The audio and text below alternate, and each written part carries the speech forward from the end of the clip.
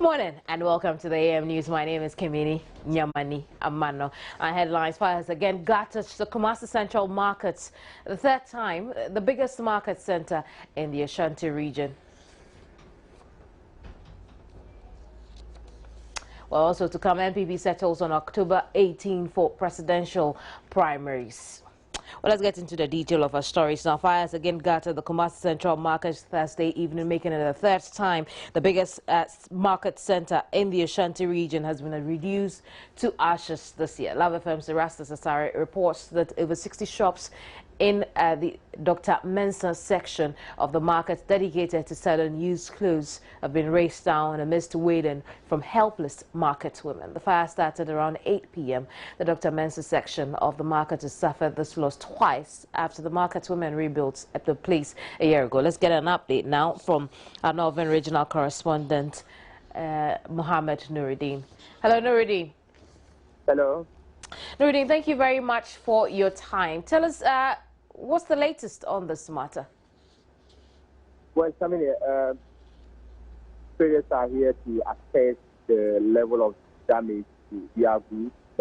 As I'm speaking, the place has been sealed off from the public, and there are presence of both the military and then the police personnel here trying to control things. But I must say that the damage in this particular fire is beyond what we witnessed about a year ago.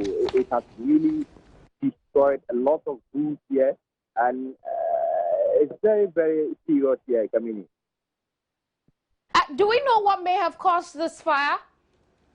The cause of the fire hasn't been ascertained yet, but I have been speaking to some of the traders here, and they are telling me that it could be illegal connection, because we've been witnessing people doing that in the market, and they are suspecting it to be illegal connection that has caused the fire. Nuruddin, we'll get more in subsequent broadcasts. Let's move on to some other stories now. The New Patriotic Party has penciled 31st August 2014 as the date for the Special Delegates Congress to elect the first 5 of the 7 persons who have filed to contest the presidential primaries. A statement signed by the General Secretary Kwabena J. Ajipon said the Special Congress will be held at regional centers in all the 10 regions of Ghana. The statement noted the party headquarters at Asylum Down in Accra will also be designated as a polling center for some categories of voters. This decision, the statement said, was taken at the party's National Council meeting held at Aliza Hotel on Wednesday, 16th July 2014. The council has also scheduled 18th October for the presidential primaries to be held in all the 275 constituencies simultaneously. Further guidelines will be communicated in due course. The 5 standing committees of the National Council were duly constituted: the Finance, Organizational, Constitutional, Research and Disciplinary Committees. In addition, the party's vetting committee was put in place. Regional officers updated the council on the state of the party's preparedness on the upcoming registration exercise.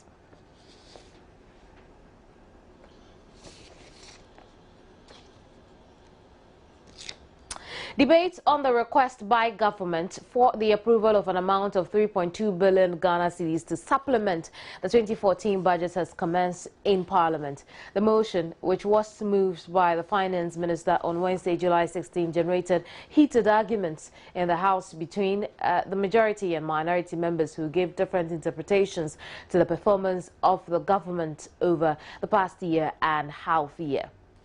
The debate was characterized by accusations and counter-accusations.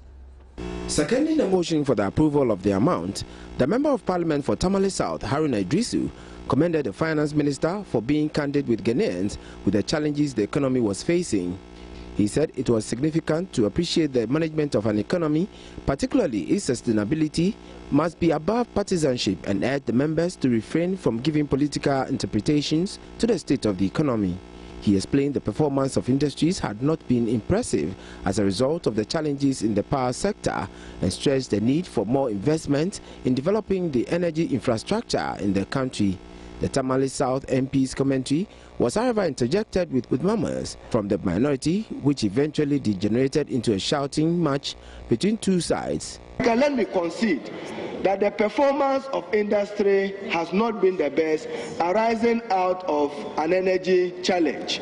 The power disruptions, we will fix it as a government. I've heard many quotes in the media which quotes my Twi comment of Edum Duma Dum Dum Bejai. Those of them who know Twi very well, I didn't say Edum Duma Dum Dum Bejai. I said Ebejai, with needed investment in the power sector, particularly in the area of generation. We will increase the generational capacity, and Mr. Speaker, even more importantly, is the completion of the gas project that the minister announced. Madundum Ejai means power outages have stopped. And indeed, at the time it had not stopped. He was saying that if the NDC was voted into power, it will come to a halt. That is why he said it will stop under the NDC. Today, where are we? Answer that question. And I'm saying that now, with an expanded economy, there is 100 megawatts demand on monthly basis, no longer yearly. Yes. So I'm talking about the demand, and I'm saying that this budget, Mr. Speaker, and I'm saying this budget has addressed that issue. And he said he meant demand, but he didn't say demand. He didn't say demand. If you Honorable Minister, what did you say? I don't know why he wants me to say I'm ardent. We are ardent. This government has not provided in this mid-year review why the strategies government presented November last year have turned out worse results for us. We should ignore that. The corruption, the mismanagement, taking money from where it ought to be and spending it where it ought not to be spent. That is not how you develop a country. Mr. Speaker. Yes, Honorable Deputy Minister. Made against the government, bordering on corruption, mismanagement. The Honorable Kwewu Kwatin does not provide any evidence.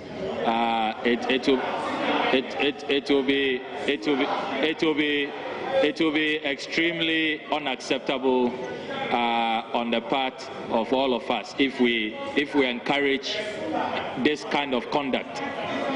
The House will round up the debate on Friday and bring the second meeting of the second session of the Seat Parliament to a close. Emmanuel Ante, reporting for Joy News.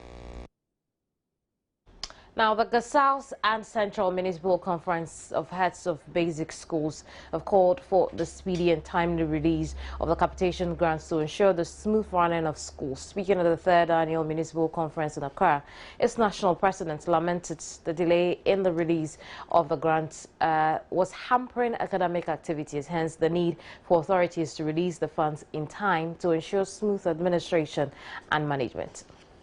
Currently, several head teachers have had to improvise and ask their teachers to buy teachers' lesson notebooks and other teaching learning materials with their own funds, so they will be reimbursed once the capitation grant is paid.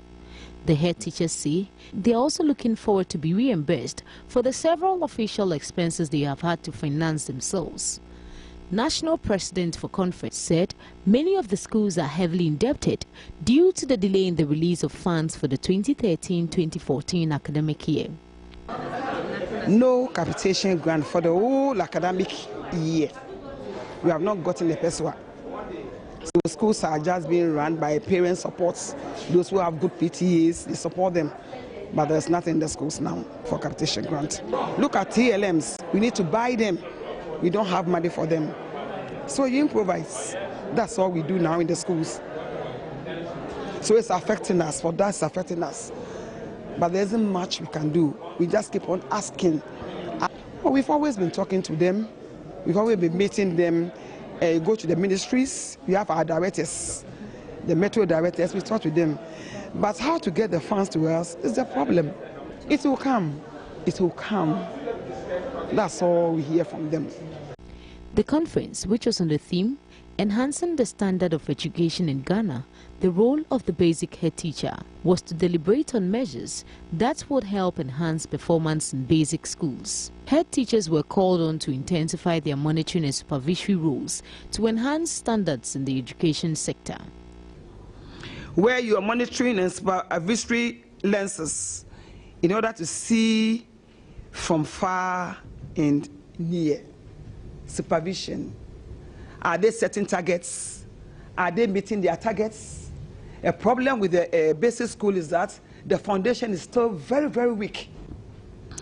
Be conversant with the policies of the service in order to help carry them through. The conference also sought, among others, to brainstorm, discuss and take stock of the 2013-2014 academic year, which is almost ending. Matilda Humaga, for Joy News, Accra. That's it from me. Benedict Owusu is next with sports. My name is Kimini Nyamani Mala.